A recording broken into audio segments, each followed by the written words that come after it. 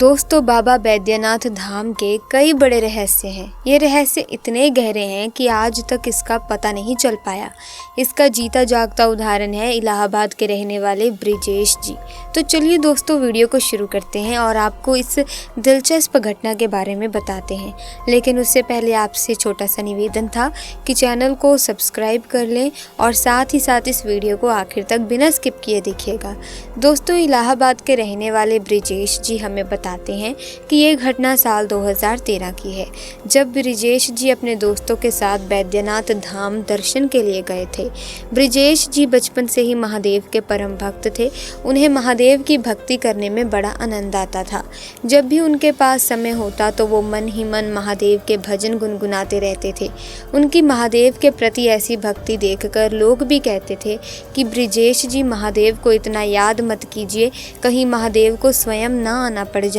कई लोग तो उनकी इस आदत का मजाक उड़ाने लगते थे। एक बार हर साल की तरह ब्रिजेश अपने कुछ दोस्तों के साथ बैद्यनाथ धाम गए। दोस्तों, आप जानते ही होंगे कि बैद्यनाथ धाम यानी कि बैद्यनाथ धाम मंदिर के पास शिव गंगा झील है, जहां भक्तगण बड़ी भक्ति भाव के साथ स्नान करते हैं। ब्रिजेश जी भी दोस्तों के साथ वहां स्नान करने पहुंचे। यहाँ पर कई हजारों की संख्या में लोग हर रोज एकत्रित होते हैं। उस दिन भी ऐसा ही नज़ारा था। हजारों की भीड़ वहां स्नान करने आई थी। ऐसे में मौसम का मिजाज बिगड़ गया और जोरों की बारिश होने लगी, लेकिन भक्तों का उत्साह कम नहीं हुआ। तब भी कई भक्त घाट पर स्नान करने के लिए खड़े रहे। उनमें से एक ब्रिजेश भी थे। वो महादेव के परम भक्त थे और बिना स्नान किए घर वापस नहीं जाना चाहते थे। देखते ही देखते वहां पर बारिश अधिक हो गई और नदी का पानी खतरे के निशान से काफी ऊपर आ गया। ऐसे में सुरक्षा कर्मियों को वहां से लोगों को हटाने के आदेश दिए गए। यह बात ब्रिजेश जी ने सुनी तो उन्होंने मन में ठान लिया, चाहे कुछ भी हो जाए, यहाँ से बिना स्नान किए नहीं जाएंगे। इसके बाद जैसे ही सुरक्षा कर्मी लोगों को हटाने लगे तो ब्रिजेश तेजी से झील में कूद गए और डुबकियां लगाने लगे। तभी अचानक से झील का बहाव और भी ज्यादा बढ़ गया और ब्रिजेश जी का संतुलन गड़बड़ा गया। वो झील के साथ बहते हुए कुछ दूर तक चले गए। उनको बहते देख लोगों के बीच अफरा तफरी मच गई और लोग चिल्लाने लगे।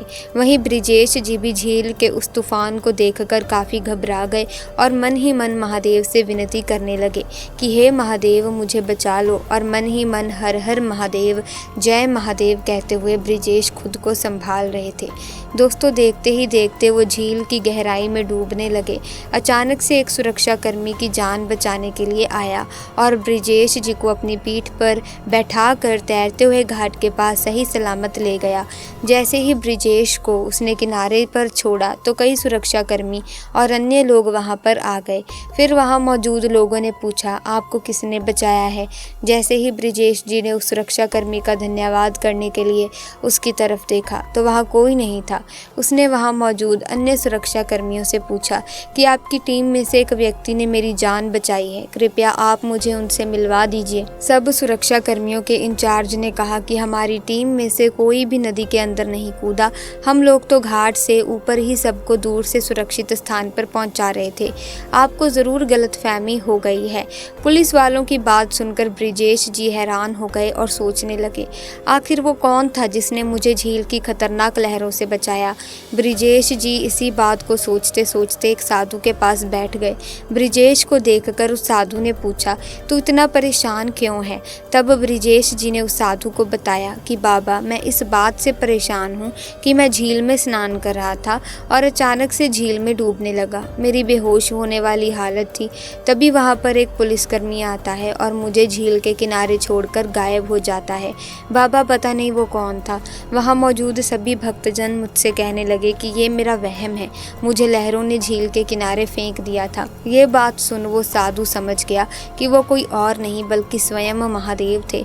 तब उस साधु ने ब्रिजेश जी से कहा, बेटा घर जाओ और महादेव का ध्यान करो, उनकी पूजा करो। महादेव की असीम कृपा तुझ पर बनी हुई है, तेरा कोई भी बाल भी बांका नहीं कर सकता। साधु की ये बात सुनकर ब्रिजेश जी अपने घर पहुंचे और महादेव का दिल से धन्यवाद किया और गरीबों को ज़रूरत की चीज़ें दान की। तो दोस्तों, ये घटना आपको कैसी लगी कमेंट सेक्शन में ज़रूर बताना।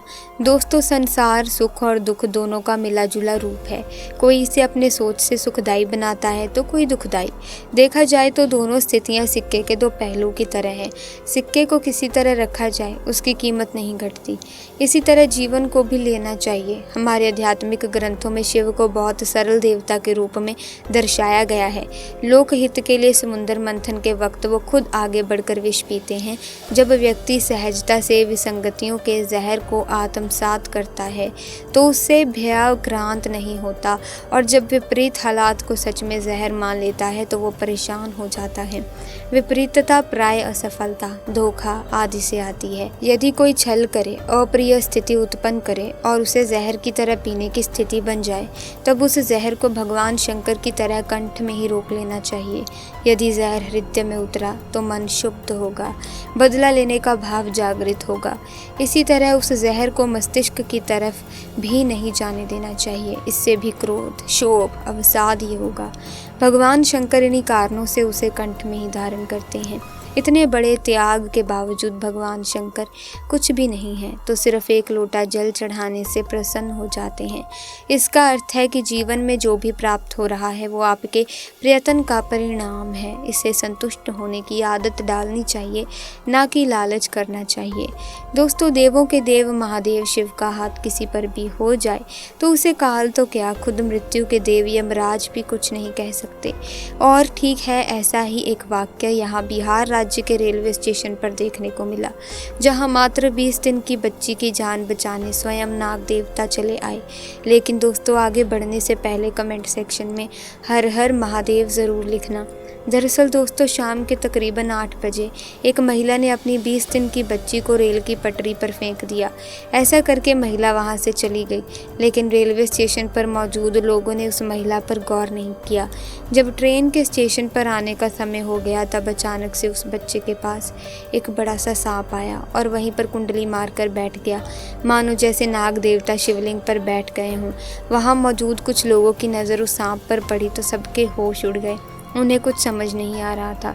उन्होंने लकड़ी से सांप को हटाने की कोशिश की, लेकिन वो सांप वहाँ से नहीं हटा। कुछ लोगों ने तुरंत रेलवे अधिकारी को सूचित किया। अब ट्रेन के आने में कुछ ही समय बचा था और रेलवे अधिकारी भी इस बात से अनजान थे कि सांप के पास एक बच्ची भी है। तभी वहाँ पर एक महादेव का भक्त आया और वो सांप को देखते ही समझ जाता है कि वो कोई साधारण सांप नहीं बल्कि ये तो स्वयं नाग देवता है। दोस्तों, वो भक्त नाग के पास जाता है और दंडवत प्रणाम करता है। पूरी श्रद्धा से सच्चे मन से जय नाग देवता कहता है। कुछ ही देर में वो नाग रेंगते रेंगते रेलवे ट्रैक से जंगल की ओर चला जाता है। जब तक दूसरी ट्रेन रेलवे ट्रैक पर आती है तब तक उस व्यक्ति ने उस 20 दिन की बच्ची को वहाँ से तुरंत उठाकर अपनी गोद में ले लिया। दोस्तों, ये नज़ारा वहाँ मौजूद लोगों ने और रेलवे अधिकारियों ने देखा तो सभी इस चमत्कार को देखकर हैरान थे। आपको ये बता दें कि एक बड़े अधिकारी ने उस बच्ची का पूरा खर्चा उठा लिया और कहा, इस बच्ची का पालन पोषण अब मैं करूँगा। दोस्तों, इस घटना को सुनने के बाद आपको क्या लग रहा है कमेंट सेक्शन में ज़रूर बताना। साथ ही अगर वीडियो अच्छी लगी तो लाइक करें, शेयर करें, चैनल को सब्सक्राइब करके बेल आइकन को प्रेस कीजिए ताकि नए वीडियोस की अपडेट आपको मिलती रहे। मिलेंगे हम जल्द ही, तब तक के लिए धन्यवाद।